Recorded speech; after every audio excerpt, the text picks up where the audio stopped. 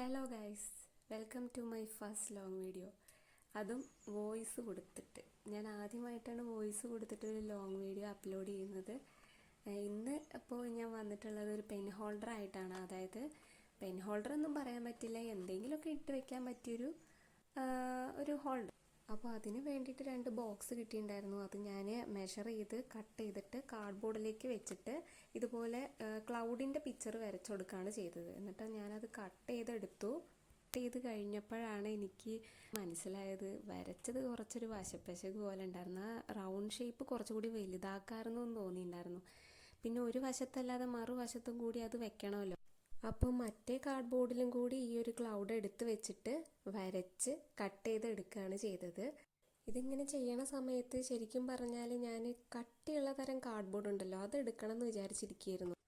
ആ കാർഡ്ബോർഡ് ഞാൻ എടുത്തിരുന്നെങ്കിൽ ഈ ഒരു ക്ലൗഡിൻ്റെ ഷേപ്പിൽ അത് കിട്ടില്ലായിരുന്നു. കാരണം കുറച്ച് റിസ്ക് എടുത്ത് ഇത്രയും തിന്നായിട്ടുള്ള കാർഡ്ബോർഡ് തന്നെ കട്ട് ചെയ്തെടുക്കാൻ വേണ്ടിയിട്ട്.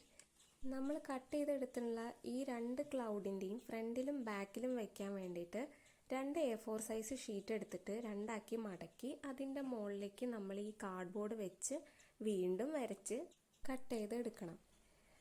പിന്നെ നമുക്ക് നോക്കുന്ന സമയത്ത് ഇത് 4 പീസസ് ആയിട്ട് കിട്ടും.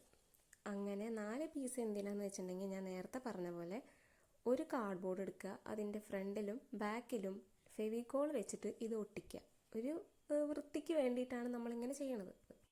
അതിന് വേണ്ടിയിട്ട് മാത്രമല്ല, നമ്മൾ ക്ലൗഡിന് ക്യൂട്ടായിട്ടിരിക്കാൻ വേണ്ടിയിട്ട് കണ്ണും ഒരു ചുണ്ടും ഒക്കെ വരച്ചു കൊടുക്കുന്നുണ്ട്. ഒക്കെ ക്യൂട്ടായിട്ടാണ്, വലിയ ആർഭാടായിട്ടൊന്നും ചെയ്യുന്നില്ല. അപ്പോൾ നമുക്ക് അതിൻ്റെ ഉള്ളിൽ സെറ്റ് ചെയ്യേണ്ട സംഭവം അത് 2ഉം കൂടി ഫെവിക്കോൾ വെച്ച് അറ്റാച്ച് ചെയ്തതിന് ശേഷം അതിനും അറ്റത്ത് നോക്കുമ്പോൾ ഒരു വൃത്തി കിട്ടാൻ വേണ്ടിയിട്ട് മൊത്തത്തിലൊന്നും വേണ്ട, കാണുന്ന ഭാഗം മാത്രം ഈ പേപ്പർ വെച്ചിട്ട് ഒന്ന് ഒട്ടിക്കുക. അതിനുശേഷം പിന്നൊന്നും പറയണ്ടല്ലോ, നമ്മൾ റെഡിയാക്കി വെച്ചിരിക്കുന്ന കാർഡ്ബോർഡ് അത് ഒട്ടിച്ചു കൊടുക്കുക. പിന്നെ കണ്ണ് വരച്ചു കൊടുക്കാൻ വേണ്ടിയിട്ട് ഞാനിവിടെ ജസ്റ്റ് പെൻസിൽ കൊണ്ടൊന്ന് ഔട്ട്ലൈൻ ഇട്ട് കൊടുക്കുകയാണ് ചെയ്തിട്ടുണ്ടായിരുന്നത്. അതിനുശേഷം ഞാൻ പെർമനൻറ്റ് മാർക്കർ വെച്ചിട്ട് അതിൻ്റെ മുകളിൽ കൂടെ വരയ്ക്കുകയാണ് ചെയ്തത്.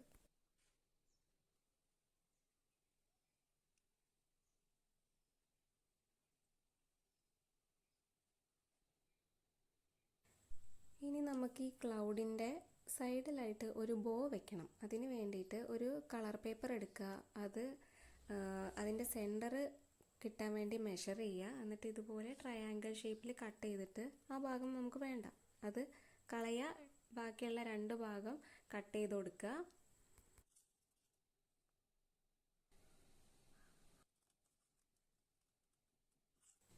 പിന്നെ ഇതുപോലെ ഉള്ളിലേക്ക് മടക്കേണ്ട ഭാഗത്തേക്ക് ഫെവിക്കോൾ വയ്ക്കുക, അത് ഉള്ളിലേക്ക് മടക്കി കൊടുക്കുക. അതേപോലെ തന്നെ തൊട്ട് ഓപ്പോസിറ്റ് സൈഡും ഇതേപോലെ തന്നെ ചെയ്യാം.